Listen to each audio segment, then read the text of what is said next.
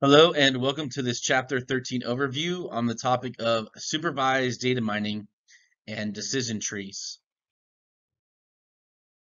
First, let's discuss what a decision tree is and introduce them from its fundamentals. Decision trees are a popular supervised data mining technique. The output displayed as one or more upside-down trees. They're easy to interpret and represents a set of if-then rules. So really, decision trees are all about helping us make decisions on the data and potential insights into what could occur if these two variables are compared to each other, then the potential outcome. It gives a directional, not concrete 100%, but a directional statistic significance of saying the likelihood of something occurring on the if-then basis. There are three types of nodes or elements within a decision tree. A root node, which is at the top node of the tree, the first variable which a split is applied. So the applied part are the branches. So what we're looking at is we always define a root node, the basic target variable, if you will, that we'll be expanding upon and seeing how other variables impact the overall decisions within the if-then analysis. The next node is an interior node. More decision rules are applied as you cascade down.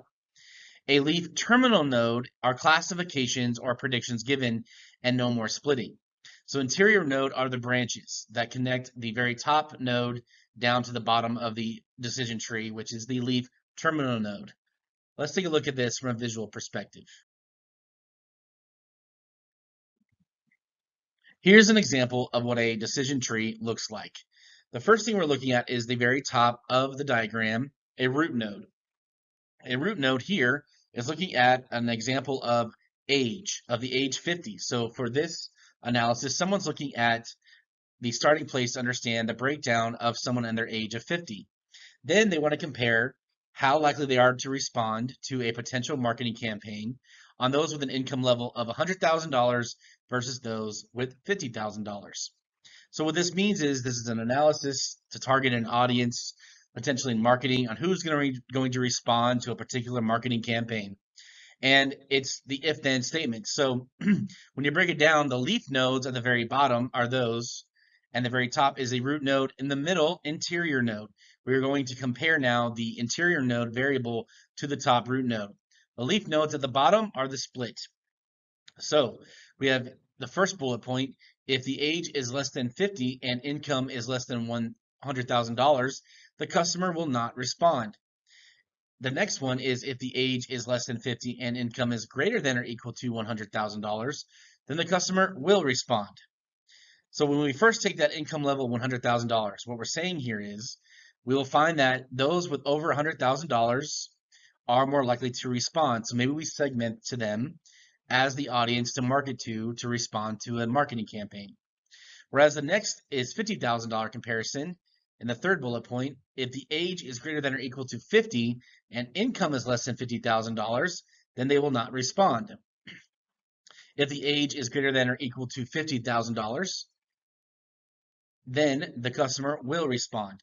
So here, what we're saying is there's a correlation between who will respond versus those who won't.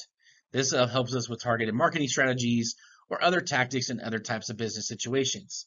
But this is an example of a decision tree. Now, when we split from the root node down to the leaf nodes, the splitting process is repeated until each subset contains only cases with similar values for the target variable. What this means is it breaks it down to a significant value that we can say is enough information to make a decision. Normally you get a percent of the time too. So in the last example, on those who make $100,000 or more or less than $100,000, on the likelihood to respond or not, there's a percent of those who do respond and a percent of those who don't, or the likelihood of it. So it's an if-then statement.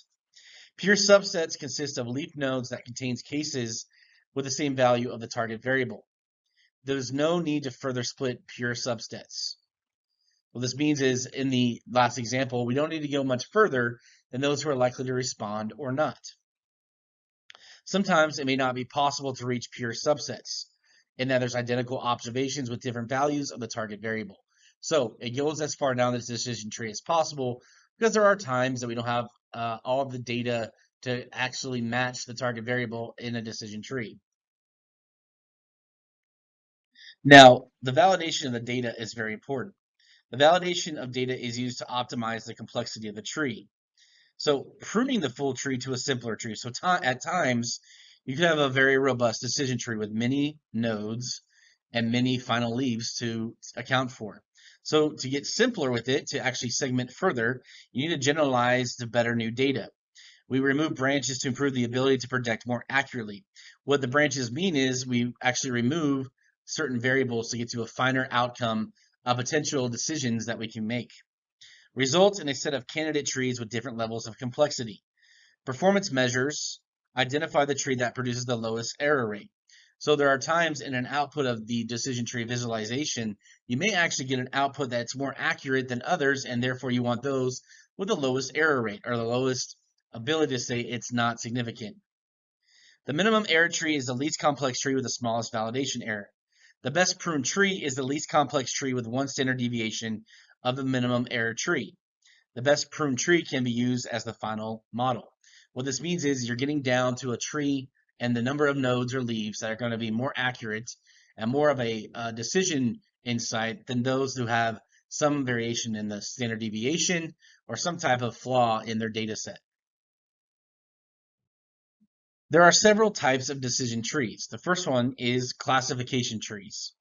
A classification tree is a decision tree when the outcome variable is categorical, so it's a categorical variable. The recursive partitioning process, where they actually break down to the branches, splits the cases into increasingly pure subsets. The target variable is binary. So what this means is a subset is pure when it contains cases that belong to the same class. The highest degree of impurity is half and half, or 50% and 50%. Impurity is measured by how well the two classes are separated. Let's take a look at an example of this visually. This is an example of a classification tree at the root node of age being 49. So categorical variable, a very numeric value of 49, is a classification tree. So what we're looking for in this decision tree is the process to ensure that there's a purity to the data. But the recursive process terminates when it can no longer produce a lower index when all the partitions become pure subsets. So this is a 0.75 and 0.125. What this means is that we have a pure node here at 75% probability on this particular subset of data versus this subset of data. So this is what a classification tree looks like on a root node that is categorical. In essence, you can actually take a decision tree output and then take the data and do a scatter plot type justification or visualization. If you wanted to look at the additional age and income splits, you could actually build a plot chart for that. The income levels on the y-axis and the age on the x-axis, and kind of plot out the different variables on age versus income. What this does, though, in the decision tree aspect is if you see the columns left, middle, and right, well, the middle column has a higher decision point on more between the ages of 30 and, let's say, 25 and 50, with income levels in the blue at a higher split. Where there's outliers or, say, not as significant decisions being made on the other two quadrants, the 0 through 20, and then the close to 50 to 70. Your decision tree is the target audiences, this group of individuals between about 25 to 50 years old, and all the income levels right around $100,000 to $120,000. Now let's take a look at this example of the age of 49, the root node and categorical variable, and how it breaks down in a traditional classification tree diagram. So what we have now is two variables, the age and then the income level. Okay, as we break it down, we can see that we're taking it a step further to find out who will respond or not to a particular campaign.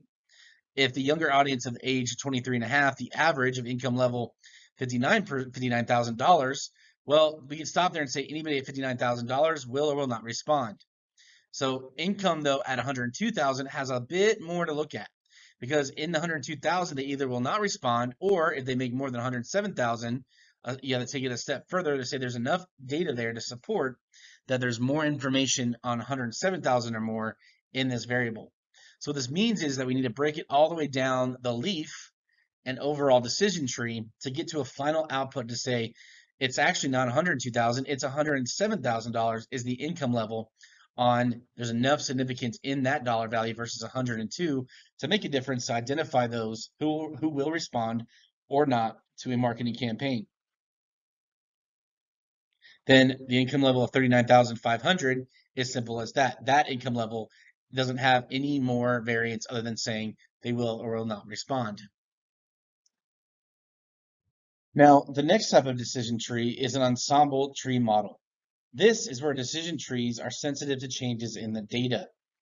Even small changes in the data may render drastically different trees and results. A single tree tends to overfit. So at times we have more complex and big data sets. We need to use an ensemble tree to truly combine multiple views into one. Ensemble trees combine multiple single tree models into an ensemble model. It can produce better and more stable results. It reduces the variation in a prediction error, combine the outcomes of a collection of single trees into a single model, and it's a group of relatively weak single model trees, weak learners, and that are combined from a stronger ensemble set. So as mentioned, a single tree can potentially have a predictive error in it. It's not going to show a significant value in the output of a visualization or the data, so we combine trees into an overall comprehensive ensemble tree. Let's take a look at an example in the next slide. This is a ensemble tree on the variable play. Who's going to play or not, right? Who's going to play a certain game, whether it's in the next extension of the tree, sunny, overcast, or rain. Well, technically you could do play versus rain. You could do play versus as an overcast weather or sunny, right? But if you want to break that down further, what are the parameters of weather? Well, if it's sunny and humid versus rainy and windy, here though, what we can say is the ensemble is the sunny, overcast, and rain nodes. The branches there are combined to get an overall comprehensive view of whether or not individuals or certain teams will play in certain weather climates. So with overcast right in the middle, it stops there. It's straightforward. Play is 4 and no play is 0. There's 100% that will play, which means there's no further breakdown needed.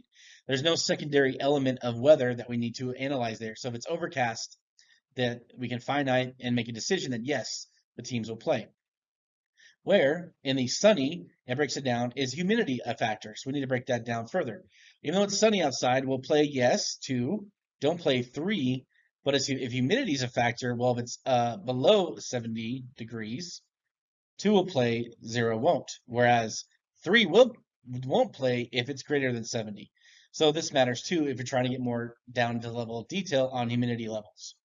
Now, rain is a factor there. 3 will play if it rains and 2 will not. But if it's windy and it rains, that means 0 will play and 2 definitely, or excuse me, 0 won't play and 2 won't play at all. But over here, if it's not going to be windy but still rains, those who said they will still play if it rains will also still play if it's windy. So now you can see in the decision tree, as you combine variables, an ensemble tree allows you to be more comprehensive in the view. This concludes the brief overview of decision trees. Thank you so much for your time.